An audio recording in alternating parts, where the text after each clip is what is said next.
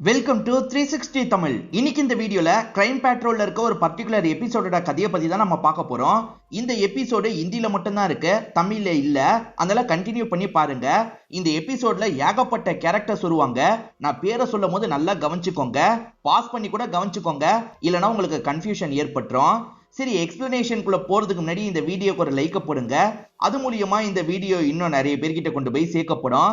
மேற்கொண்டு time waste பண்ணாம நம்ம நேரடியா எக்ஸ்பிளனேஷனுக்குள்ள போயிடலாம். எபிசோட ஸ்டார்டிங் சீனே பின்னாடி நடக்க போற ஒரு சீனை முன்கூட்டியே காட்டுறாங்க. மேக்ஸிமம் எபிசோட்ல இந்த மாதிரி தான் காட்டுவாங்க.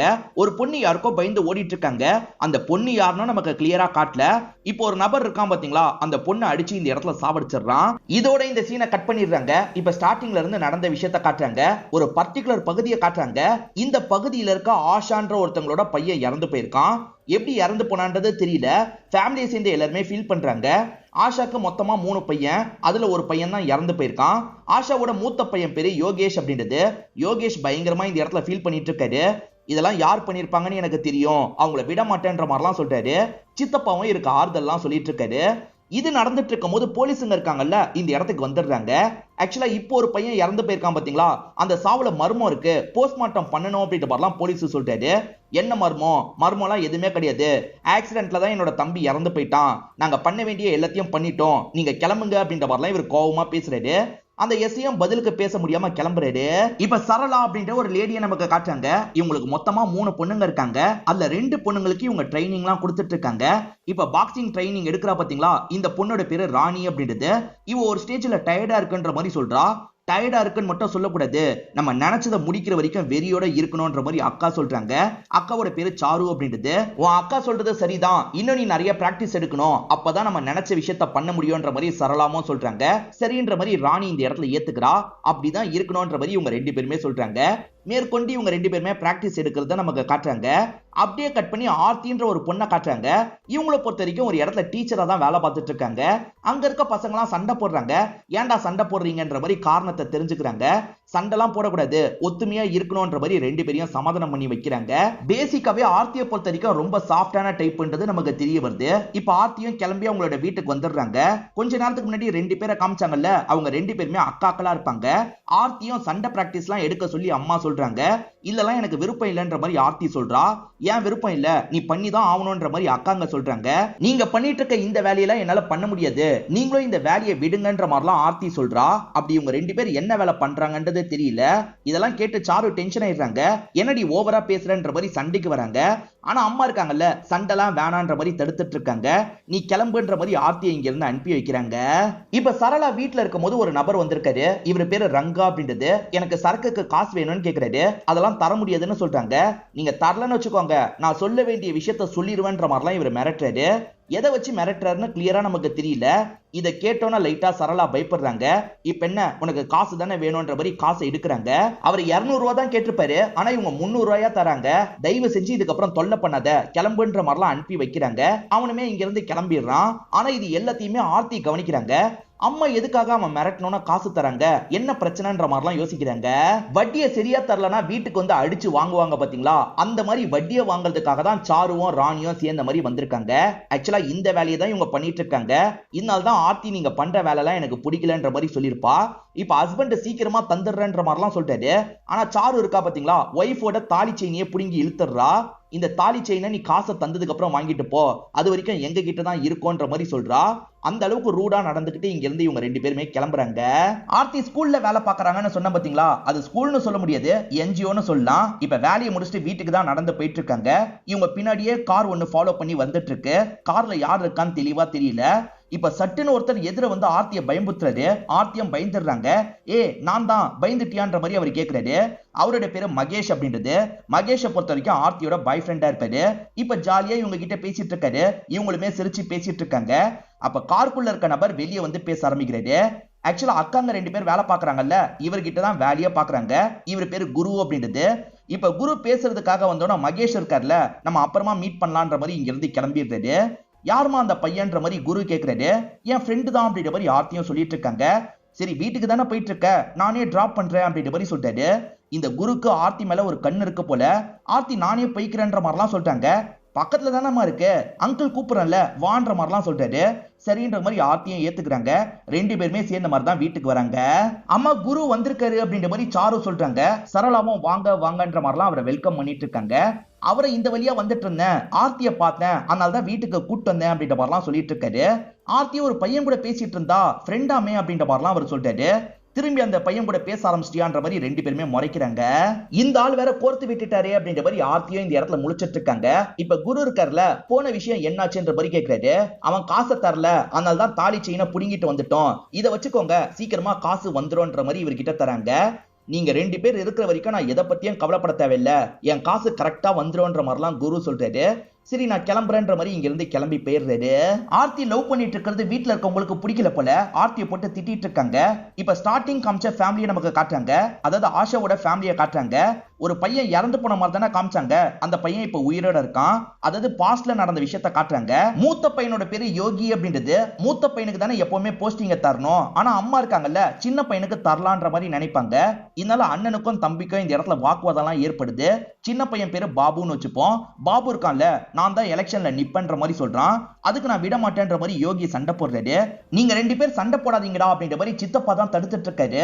அம்மா இருக்காங்கல்ல, யோகி நான் எடுக்கிறது தான் முடிவு, பாபு தான் எலெக்ஷன்ல நிப்பான்ற மாதிரி ஆஷா சொல்லிட்டு இருக்காங்க. ஆனா யோகியால ஏத்துக்க முடியல, நான் தான் நிப்பேன், இவன் என்ன மீறி எப்படி நிக்கிறான்றத பாக்குறேன்ற மாதிரிலாம் சொல்லிட்டாரு. அதாவது தம்பி இறந்ததுக்கு அண்ணன் கூட காரணமா இருக்கலாம், ஏன்னா இவங்களுக்குள்ளேயும் பிரச்சனை போயிட்டு இருக்குன்ற மாதிரி நமக்கு காட்டுறாங்க. பாஸ்ட் பிரசன்ட் மாத்தி மாத்தி காட்டுவாங்க, நீங்க கன்ஃபியூஸ் ஆயிடாதீங்க. இப்ப ஆர்த்தியோட ஏரியாவை நமக்கு காட்டுறாங்க. ஆர்த்தி ஒரு வீட்டுக்கு வந்து காலிங் பெல் அடிச்சிட்டு இருக்காங்க.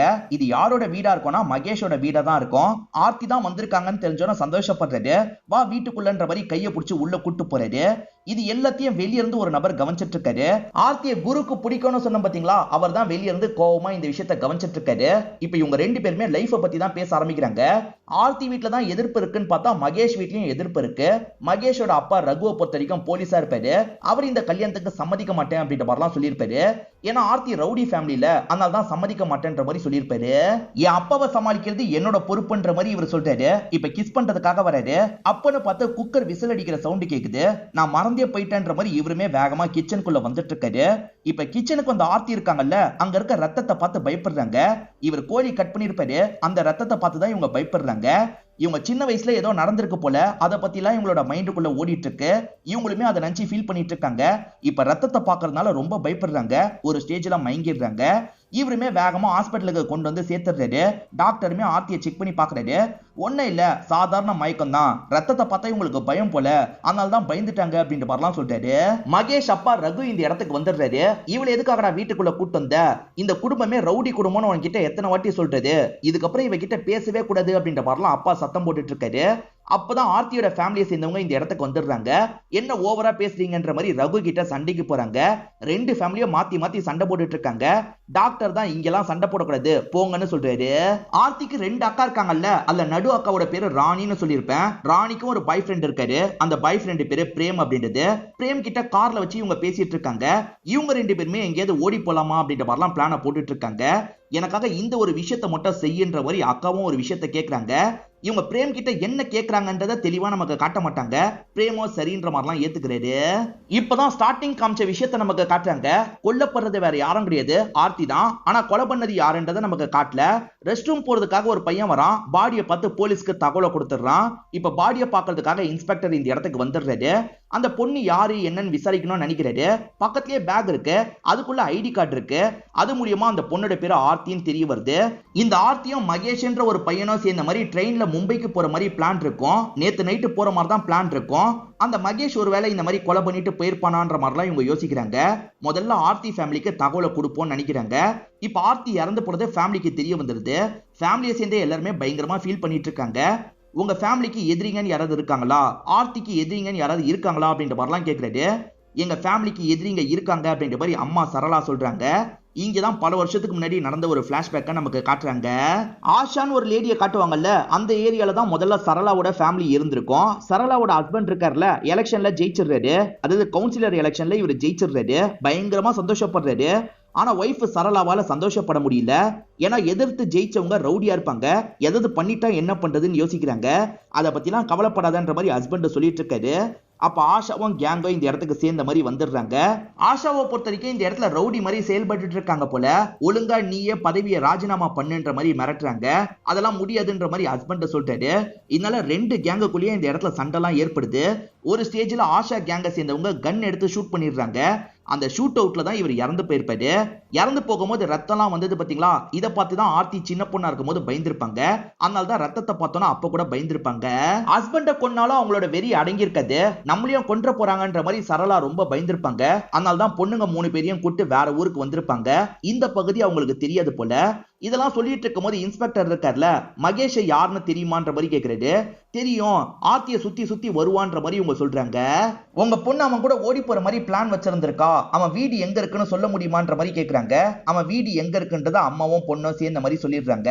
இப்ப அடுத்ததா போலீஸ் டீம் இருக்காங்கல்ல, அந்த மகேஷ பாக்குறதுக்காக வீட்டுக்கு வந்துடுறாங்க. ஆர்த்திய கொலை பண்ணிட்டு எதுவுமே தெரியாத மாதிரி வீட்டுல இருக்கியான்ற மாதிரி போலீஸ் கேக்குறாரு. எது ஆர்த்தி இறந்து போயிட்டாளா? சார், ஆர்த்திக்காக நான் வெயிட் பண்ணேன், அவ வரல, ஆர்த்தி இறந்து போயிட்டான்னு எனக்கு தெரியாதுன்ற மாதிரி சொல்லிட்டாரு. எதுக்காக ஓடி போறதுக்கு பிளான் போட்டு வச்சிருந்தீங்கன்ற மாதிரி இந்த போலீஸ் கேக்குறாரு. அதுக்கான காரணத்தை மகேஷ் சொல்றாரு. ஆக்சுவலா இந்த இடத்துல இவங்க 2 பேரால நிம்மதியா இருக்க முடியல. ஏன்னா மகேஷை பொறுத்த வரைக்கும் அப்பா தொல்லை பண்ணிட்டு இருக்காரு, ஆர்த்தியை பொறுத்த வரைக்கும் குடும்பம் தொல்லை பண்ணிட்டு இருக்காங்க. 2 பேருமே மும்பைக்கு போனா என்னன்ற மாதிரிலாம் பிளானை போட்டு வச்சிருப்பாங்க. இப்படிதான் சார் நாங்க 2 பேருமே சேர்ந்து போயிடலான்ற மாதிரி பிளான் போட்டு வச்சிருந்தோம் அப்படின்ற மாதிரிலாம் மகேஷ் சொல்லிட்டு இருக்காரு. இதெல்லாம் அப்பாவும் கேட்டுட்டு தான் இருக்காரு. மகேஷ் மேற்கொண்டு என்ன சொல்றாருன்னா, அவளுக்கு அவளோட ஃபேமிலியை சுத்தமா பிடிக்காது சார், அந்த ஃபேமிலி தான் ஏதாவது பண்ணிருக்க வாய்ப்பு இருக்கு அப்படின்ற மாதிரிலாம் சொல்லிட்டாரு. இப்ப அப்பா இருக்கார்ல, ஏண்டா உன்னை பெத்து வளர்த்திருக்கேன், என்னை விட்டுட்டே போலான்னு பிளான் போட்டிருக்கியா அப்படின்ற மாதிரி பையனை போட்டு லைட்டா அடிக்கிறாரு. இன்ஸ்பெக்டர் இருக்காரு பாத்தீங்களா, ஆஷாவை பார்த்து பேசுறதுக்காக தான் வந்திருக்காரு. ஆஷாவோட சின்ன பையன் இறந்து போனதா ஸ்டார்டிங் காமிச்சாங்கல்ல, இப்ப நடு பையனும் இறந்து போயிருக்கான் போல. நான் போலீஸ் அப்படின்ற மாதிரி இன்ஸ்பெக்டர் சொல்லிட்டாரு. இப்ப சித்தப்பா இருக்கார்ல, சார் நீங்க நினைக்கிற மாதிரி இது கொலைலாம் கிடையாது சார், இது ஆக்சிடென்ட் அப்படின்ற மாதிரி சொல்லிட்டாரு. அவங்க வேற ஏதோ கேஸுக்காக வந்திருக்காங்கன்ற மாதிரி ஆளுங்க சித்தப்பா கிட்ட சொல்றாங்க. சித்தப்பா நீங்க கொஞ்சம் அமைதியா இருங்கன்ற மாதிரி யோகி சொல்லிட்டாரு. சார் என்ன விஷயம்ன்ற மாதிரி இன்ஸ்பெக்டரை பார்த்து கேக்குறாரு. இன்ஸ்பெக்டரும் வந்திருக்க விஷயத்தை பத்தி சொல்லிட்டாரு. உங்களுக்கும் சரளா ஃபேமிலிக்கும் சண்டையான்ற மாதிரி கேக்குறாரு. எதுக்காக கேக்குறீங்கன்ற மாதிரிலாம் இவங்க கேக்குறாங்க. ஏன்னா சரளாவோட சின்ன பொண்ணு ஆர்த்தி கொலை செய்யப்பட்டிருக்கா, கொலை பண்ணது நீங்களா இருக்க வாய்ப்பு இருக்குன்னு சந்தேகப்படுறாங்கன்னு சொல்றாரு. 10 வருஷத்துக்கு முன்னாடி கடைசியா அவங்கள பார்த்தேன், அவங்க எங்க போனாங்க என்ன ஆனாங்கன்னு எதுவுமே தெரியல, நாங்க எப்படி கொலை பண்ணிருக்க முடியும், நாங்கெல்லாம் பண்ணலன்ற மாதிரி ஆஷா சொல்லிட்டு இருக்காங்க. சரி உங்க பையனுக்கு என்ன ஆச்சுன்னு இன்ஸ்பெக்டர் கேக்குறாரு. இப்ப ஆஷாவோட மைண்டுக்குள்ள சில விஷயங்கள் ஓடிட்டு இருக்கு. அதாவது ஆஷாவும் பையனும் சேர்ந்த மாதிரி வந்துட்டு இருக்காங்க. அப்பதான் யாரோ பையனை ஷூட் பண்ணி சாவடிச்சிருக்காங்க. ஆனா ஆஷா அதை பத்தி எல்லாம் சொல்ல மாட்டாங்க. பையன் ஆக்சிடென்ட்ல இறந்து போயிட்டான்ற மாதிரி போய் சொல்லிட்டாங்க. எங்களை கஷ்டப்படுத்தாதீங்க, கிளம்புங்கன்ற மாதிரி இன்ஸ்பெக்டர் அனுப்பி வைக்கிறாங்க. ஆஷா ஆக்சிடென்ட்னு சொன்னால இன்ஸ்பெக்டருக்கு லைட்டா டவுட் வந்துருது. ஏன்னா சித்தப்பா இது ஆக்சிடென்ட் தான், கொலைலாம் இல்லன்ற மாதிரி சொல்லியிருப்பாரு. அவர் உளறிட்டாரு, இது கொலையா இருக்க தான் வாய்ப்பு இருக்கு, அந்த சித்தப்பா கிட்ட நம்ம தனியா பார்த்து பேசணும், அப்பதான் விஷயத்தை கறக்க முடியும் அப்படின்ற மாதிரிலாம் ஆளுங்க கிட்ட சொல்லிட்டு இருக்காரு. ஆர்த்தியோட போஸ்ட்மார்ட்டம் ரிப்போர்ட் இப்பதான் உங்களுக்கு கிடைச்சிருக்கும். ஆர்த்தி ரேப்பும் செய்யப்பட்டிருக்காங்க அப்படின்றது உங்களுக்கு தெரிய வருது. இப்ப யோகியோட சித்தப்பாவை நமக்கு காட்டுறாங்க. அவருமே யாரோ ஒருத்தரை பாக்குறதுக்காக வராரு. இப்ப அந்த நபர்கிட்ட இவர் யோகியோட போட்டோவை தராரு. எதுக்காக இந்த மாதிரி போட்டோவை தராருன்னு தெரியல. பொதுவா கொலை பண்ணுன்ற மாதிரி தானே போட்டோ தருவாங்க, அதுக்குதான் இவர் தராரா என்னன்னு தெரியல. சரளாவோட ஃபேமிலியை பத்தி பக்கத்துல இருக்கவங்க கிட்ட விசாரிச்சிருப்பாங்க. அது மூலியமா சில டீடைல்லாம் கிடைச்சிருக்கும். அதாவது சரளாவோட 2 பொண்ணுங்களுமே அடிச்சு காசெல்லாம் வாங்குற வேலை பண்ணிட்டு இருக்காங்க. அதனால நிறைய பேர்கிட்ட இருந்து பகையை சம்பாரிச்சிருக்காங்க அப்படின்ற மாதிரி ஆளுங்க சொல்றாங்க. இதை தாண்டி சரளா கிட்ட அடிக்கடி காசு வாங்குறதுக்காக ரங்கான்னு ஒருத்தன் வந்திருக்கான். எதனால ரங்கா காசு வாங்குறான்றது யாருக்குமே தெரியலன்ற மாதிரி சொல்றாங்க. சரளா இதுக்கு முன்னாடி ஒரு பகுதியில இருந்தாங்கல்ல, அந்த ஊரை சேர்ந்தவனாதான் ரங்கா இருப்பான். ஆஷா கிட்ட நீ இருக்கிற இடத்த பத்தி காட்டி கொடுத்துருவன்றதுக்காக கூட காசை மிரட்டி வாங்கியிருக்க வாய்ப்பு இருக்குன்ற மாதிரி இன்ஸ்பெக்டர் சொல்றாரு. ஆமா சார், அந்த மாதிரி கூட வாய்ப்பு இருக்குன்ற மாதிரி ஆளுங்க சொல்றாங்க. சரி அவன் எங்க இருந்தாலும் சரி தூக்குங்க அப்படின்ற மாதிரி இவர் சொல்றாரு. இப்ப சித்தப்பாவை பார்த்து பேசலான்ற மாதிரி அந்த ஏரியாவுக்கு வந்துடுறாரு. சித்தப்பா சைலண்டா இங்க இருந்து கிளம்பிடலான்னு பாக்குறாரு. ஆனா இன்ஸ்பெக்டர் விட மாட்டாரு. ஆஷாவோட பசங்க ஆக்சிடென்ட்ல சாவல, கொலை செய்யப்பட்டிருக்காங்கன்றது எனக்கு தெரியும், ஒழுங்கா உண்மையை சொல்லுங்கன்ற மாதிரிலாம் இன்ஸ்பெக்டர் கேக்குறாரு. கொஞ்ச நேரம் சித்தப்பா யோசிக்கிறாரு. அதுக்கப்புறம் சொல்லிடலான்ற மாதிரி சொல்ல ஆரம்பிக்கிறாரு. ஆமா சார், 2 பேருமே சுடப்பட்டு தான் இறந்து போனாங்கன்னு சொல்றாரு. ஆஷா 10 வருஷத்துக்கு முன்னாடி சரளாவோட ஹஸ்பண்ட சாவடிச்சாங்கல்ல, சரளா பழி வாங்குறதுக்கு தான் வாய்ப்பு இருக்குன்ற மாதிரி வீட்டுல இருக்க எல்லாருமே யோசிச்சிருப்பாங்க. அந்த பொண்ணுங்க எங்கன்ற மாதிரிலாம் தேடி இருப்பாங்க. ஆனா கடைசி வரைக்கும் அவங்க இருக்கிற இடத்த கண்டுபிடிக்க முடியலன்ற மாதிரி சித்தப்பா சொல்றாரு. கண்டிப்பா ரங்கா இடத்த சொல்லாம இருக்கிறதுக்காக தான் காசை வாங்கியிருக்கான்றது இவருக்கு தெரிஞ்சிருது. ரங்கா இப்ப சரக்கு கடையில் தான் சரக்கு அடிச்சு படுத்துட்டு இருக்கான். ஆளுங்க இருக்காங்கல்ல, அந்த இடத்துல இருந்து லாக் பண்ணி பண்ணி ஸ்டேஷனுக்கு கூட்டு வந்துடுறாங்க. விசாரிக்கிறது மூலியமா இவங்க நினைச்சது சரின்றது தெரிய வந்துருது. இடத்த காட்டி கொடுத்துருவன்ற மாதிரி தான் மிரட்டி சரக்கெல்லாம் வாங்கியிருக்கான். சார் சாருவும் ராணியும் சேர்ந்த மாதிரி குருன்னு ஒருத்தருக்காக தான் வேலை பாக்குறாங்க. அந்த குருவை பத்தி எல்லாருமே கொஞ்சம் தப்பா தான் சார் சொல்றாங்க. அதே மாதிரி அந்த குருக்கு ஆர்த்தி மேல ஒரு கண்ணு இருக்கிறதா நிறைய பேர் சொல்றாங்க. நம்ம அவரை கூப்பிட்டு விசாரிச்சா என்னன்ற மாதிரி லேடி அசிஸ்டன்ட் கேக்குறாங்க. அவனை உடனே வர சொல்லுங்க, விசாரிக்கணும்னு சொல்றாரு. இப்ப இந்த இடத்துக்கு குரு வந்துடுறாரு. அந்த நாள் நைட்டு நீங்க எங்க இருந்தீங்கன்ற மாதிரிலாம் கேக்குறாங்க. நான் வெளியூர்ல இருந்தேன்ற மாதிரிலாம் குரு சொல்லிட்டு இருக்காரு. குருவோட நெத்தியில காயம் இருக்குல்ல, எப்படி இந்த காயம் ஏற்பட்டதுன்னு இன்ஸ்பெக்டர் கேக்குறாரு. குருவும் தடுமாறுறாரு. நான் தெரியாம கதவுல இடிச்சிட்டேன் அப்படின்ற மாதிரிலாம் சமாளிக்கிறாரு. சரி கிளம்புங்கன்ற மாதிரி இன்ஸ்பெக்டரும் இங்க இருந்து அனுப்பி வச்சிடுறாரு. அவர் நிறைய வளர்ற மாதிரி சொல்லியிருப்பாரு. இவன் ஏதோ தப்பு பண்ணிருக்கான், இவனை ஃபாலோ பண்ணுங்கன்ற மாதிரி ஆளுங்க கிட்ட இன்ஸ்பெக்டர் சொல்றாரு. ஆர்த்தி இறந்து போனாங்க பாத்தீங்களா, அதை பத்திலாம் நியூஸ் பேப்பர்ல வந்திருக்கும். அது மூலியமா இந்த ஆஷா இருக்காங்கல்ல, சரளா இருக்கிற இடத்த கண்டுபிடிச்சிடுறாங்க. இப்ப ஆஷாவும் ஆளுங்களும் சேர்ந்த மாதிரி சரளாவை அட்டாக் பண்றதுக்காக வீட்டுக்கிட்ட வந்துட்டு இருக்காங்க. தப்பிக்கணும்ன்றதுக்காக பொண்ணுங்க இருக்காங்கல்ல, கதவை லாக் பண்ணிடுறாங்க. மீறி உள்ள வந்தா சண்டை போடுறதுக்காக தயாராயிட்டு இருக்காங்க. இது எல்லாத்தையும் போலீஸ் இன்ஃபார்மர் கவனிக்கிறாரு. ஏன்னா வீட்டுக்கு பக்கத்துலயே இருக்க சொல்லியிருப்பாங்க. அவர் இன்ஸ்பெக்டருக்கு கால் பண்ணி சொல்லிடுறாரு. இவங்க கதவெல்லாம் உடைச்சிட்டு உள்ள அட்டாக் பண்றதுக்காக வந்துட்டு இருக்காங்க. அதுக்குள்ள இன்ஸ்பெக்டர் இருக்கார்ல, நிறுத்துங்கன்ற மாதிரிலாம் இவங்களை நிறுத்த சொல்றாரு. இன்ஸ்பெக்டர்லாம் வந்ததுக்கு அப்புறம் தான் ஆஷாவோட ஆளுங்க இருக்காங்கல்ல, ஆயுதத்தெல்லாம் கீழே இறக்கிட்டு இருக்காங்க. ஆஷா இருக்காங்கல்ல, என் 2 பசங்களை சாவடிச்சது இவங்க தான் அப்படின்ற மாதிரிலாம் சொல்லிட்டு இருக்காங்க. 2 பசங்களும் ஆக்சிடென்ட்ல இறந்து போனதா சொன்னீங்க, இப்ப என்ன கொலைன்னு சொல்றீங்க? சரி எதை வச்சு இவங்க தான் கொலை பண்ணாங்கன்னு சொல்றீங்க, அதை சொல்லுங்கன்ற மாதிரி கேட்கிறாரு. ஆஷாவும் அதுக்கான காரணத்தை சொல்றாங்க.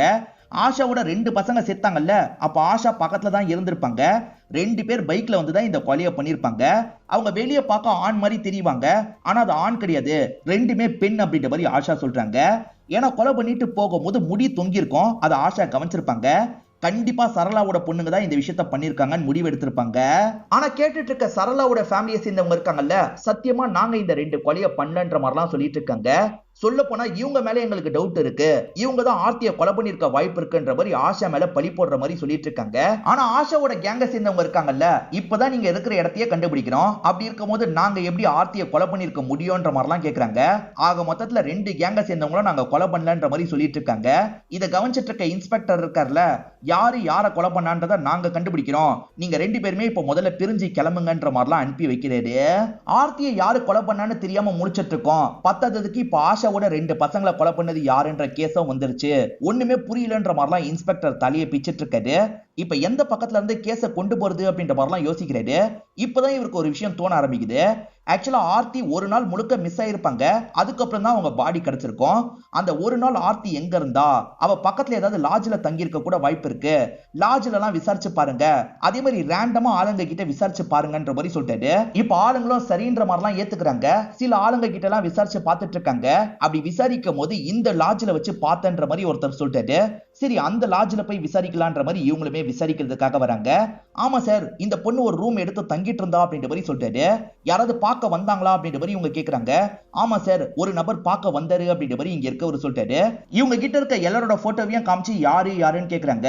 குருவோட போட்டோவை பார்த்தோம்னா அந்த மேனேஜர் இருக்காருல்ல, இவர் தான் அப்படின்ற மாதிரி சொல்லிட்டாரு. சரி சிசிடிவி ஃபுட்டேஜை நாங்க பார்க்கணும்ன்ற மாதிரி சொல்லிட்டாங்க. வாசல்ல இருக்கோம்ல, அந்த ஃபுட்டேஜ் தான் இவங்க பார்க்க ஆரம்பிக்கிறாங்க. அப்படி பார்க்கும் போது ஒரு விஷயம் தெரிய வருது. அவருக்கு அப்பதான் நெத்தியில அடிபட்டிருக்கு, தலையில கைய வச்சுட்டே கிளம்புறாரு. இப்ப சித்தப்பாவை லாக் பண்ணி உட்கார வச்சிடுறாங்க. காசு கொடுத்தா கொலை பண்ணுவாங்கல்ல, அந்த மாதிரி ஒருத்தன் மாட்டிருப்பான். அவன் கிட்ட விசாரிக்கும் போது தான் சித்தப்பாவை பத்தி உங்களுக்கு தெரிய வந்திருக்கும். ஆக்சுவலா ஸ்டார்டிங் 2 பசங்க இறந்து போனாங்க பாத்தீங்களா, அது சித்தப்பாவோட வேலையா தான் இருக்கும். சித்தப்பா வேணும்ட்டே 2 லேடிஸை வச்சு கதையை முடிச்சிருப்பாரு. அப்பதான் எல்லா பழியும் சரளா பொண்ணுங்க மேல போகும்ன்ற மாதிரிலாம் இவர் யோசிச்சிருப்பாரு. எதுக்காக உன்னோட அண்ணன் பசங்களை நீயே கொலை பண்ண அப்படின்ற மாதிரி இன்ஸ்பெக்டர் கேக்குறாரு. அண்ணனுக்கு அப்புறம் எல்லாம் எனக்குன்னு நினைச்சேன், பார்த்தா அண்ணி எடுத்துக்கிட்டாங்க. அன்னிக்கு அப்புறம் எனக்கு வரும்னு நினைச்சேன், பார்த்தா அண்ணியோட பசங்களுக்கு போயிருச்சு. இதெல்லாம் தாங்க முடியாம தான் எல்லாரையும் போட்டு தள்ளணும்னு முடிவெடுத்தேன் அப்படின்ற மாதிரிலாம் சொல்றாரு. இவர் போட்டோவை தந்தாரு பாத்தீங்களா, கொலை பண்றதுக்காக தான் தந்திருக்காரு போல. சோ 2 பசங்களை கொன்னது இவர் தான்றது தெரிஞ்சிருது. இவர் அமைக்கி இங்க இருந்து கூட்டு போயிடுறாங்க. குரு இருக்காருல, அந்த நாள் இந்த ஊர்லயே இல்லைன்னு சொல்லியிருப்பாரு. ஆனா ஹோட்டல் ஃபுட்டேஜை இவங்க காட்டுறாங்க. நீ அந்த ஹோட்டலை விட்டு வெளியே வரியா, தலையில கைய வச்சுக்கிட்டே வெளியே வரப்பாரு. இதுக்கப்புறம் அந்த பொண்ணுமே ஹோட்டலை விட்டு வெளியே போல, அந்த பொண்ணு மிஸ் ஆவரா, நீ தான் ஏதோ பண்ணிருக்க, ஒழுங்கா சொல்லுன்ற மாதிரி கேக்குறாங்க. சார் அந்த ஆர்த்தி மேல எனக்கு ஒரு கண்ணு இருந்தது உண்மைதான் அப்படின்ற மாதிரி இவர் சொல்லிட்டாரு. ஆர்த்தி எங்கெல்லாம் போறாலோ ஃபாலோ பண்ணி போவேன், அந்த ஆர்த்தி மகேஷ் கூட பழகிட்டு இருக்கிறது எனக்கு சுத்தமா பிடிக்கல அப்படின்ற மாதிரிலாம் இவர் சொல்லிட்டாரு. இதெல்லாம் நடந்துட்டு இருக்கும் போது வேற ஒரு விஷயம் நடந்தது அப்படின்ற மாதிரி சொல்ல ஆரம்பிக்கிறாரு. ஒரு நாள் ரகு கிட்ட இருந்து கால் வந்திருக்கும். இவருமே அட்டன் பண்ணி பேசுறாரு. குரு கிட்ட காசு வாங்கின 2 பேர் ஊரை விட்டே ஓடி போயிருப்பாங்க. அந்த காசெல்லாம் போயிருச்சுன்ற மாதிரி குரு நினைச்சிருப்பாரு. ஆனா உண்மை என்ன தெரியுமா? இந்த 2 பொண்ணுங்க அவங்களெல்லாம் கண்டுபிடிச்சிருப்பாங்க. அவங்க கிட்ட இருந்து காசெல்லாம் கைப்பற்றி இருப்பாங்க. மொத்தம் 20 லட்சம் ரூபாயா இருக்கும். அந்த 20 லட்சம் ரூபாய் இப்ப அந்த 2 பொண்ணுங்க கிட்ட தான் இருக்கு. அந்த பொண்ணுங்க உன்னை நல்லா ஏமாத்திட்டாங்க அப்படின்ற மாதிரிலாம் ரகு சொல்றாரு. அந்த 2 பொண்ணுங்க கிட்ட 20 லட்சம் ரூபாய் இருக்கிறது ஆர்த்திக்கு எப்படி தெரியும்ன்ற மாதிரி உங்களுக்கு ஒரு கேள்வி வந்திருக்கும். கதை போக போக உங்களுக்கே புரிஞ்சிடும். இப்ப வேற ஒரு டீம் இருக்காங்கல்ல, இந்த மகேஷ் கிட்ட விசாரிக்கிறதுக்காக வராங்க. நீங்க ஊரை விட்டு ஓடி போலான்னு நினைச்சீங்கல்ல, ஆர்த்தி 20 லட்சம் ரூபாய் எடுத்துட்டு வரதா சொன்னாலா சொல்லுன்ற மாதிரி கேக்குறாங்க. இவரும் ஆமான்ற மாதிரி சொல்ல ஆரம்பிக்கிறாரு. ஆர்த்தி எப்ப பாரு ஊரை விட்டு போயிடலான்னு சொல்லுவாங்க. நம்ம மும்பைக்கு போனா வாழ்றதே கஷ்டம், நிறைய காசை சேர்த்து வச்சுட்டு தான் போக முடியும்ன்ற மாதிரிலாம் சொல்லியிருப்பாரு. காசை சேர்க்கறதுக்கெல்லாம் டைம் இல்ல, என் அக்காங்க 2 பேர் 20 லட்சம் ரூபாய் வச்சிருக்காங்க, நான் அதை தூக்கிட்டு வந்துடுறேன், நம்ம கொண்டு போயிடலாம் அப்படின்ற மாதிரிலாம் சொல்றாங்க. 20 லட்சம் ரூபாய் எப்படி சேர்ந்தது அப்படின்றதெல்லாம் இவங்க எக்ஸ்பிளைன் பண்ணிட்டு இருக்காங்க. மகேஷ் கிட்ட பேசின விஷயம் ரகுக்கு எப்படி தெரியும்ன்ற மாதிரி இவங்க யோசிக்கிறாங்க. ரகு கிட்ட உங்களுக்கு எப்படி தெரியும்ன்ற மாதிரி கேக்குறாங்க. ரகுவும் நடந்த விஷயத்த சொல்லிட்டாரு. ஆக்சுவலா இவங்க 2 பேர் பேசிட்டு இருந்தாங்கல்ல, அப்ப தள்ளி இருந்து ரகு இந்த விஷயத்தெல்லாம் கவனிச்சிருப்பாரு. இவங்க 2 பேரை சேர விடக்கூடாதுன்னு நினைச்சிருப்பாரு. அவங்க 20 லட்சம் ரூபாய் வச்சிருக்கிறத குரு கிட்ட சொன்னா குரு மிரட்டி வாங்கிடுவாரு. அது மூலியமா அந்த 20 லட்சம் ரூபாய் ஆர்த்திக்கு கிடைக்காது, பையனும் ஆர்த்தியும் இங்க இருந்து கிளம்ப மாட்டாங்க அப்படின்ற மாதிரிலாம் கணக்கு பண்ணி தான் இந்த விஷயத்த பண்ணிருப்பாரு. 20 லட்சம் ரூபாய் அந்த ஃபேமிலி ஏமாத்தி இருக்காங்கன்னு தெரிஞ்சனா என்ன பண்ணன்ற மாதிரி குரு கிட்ட கேக்குறாங்க. குருவும் மேற்கொண்டு நடந்த விஷயத்த சொல்லிட்டாரு.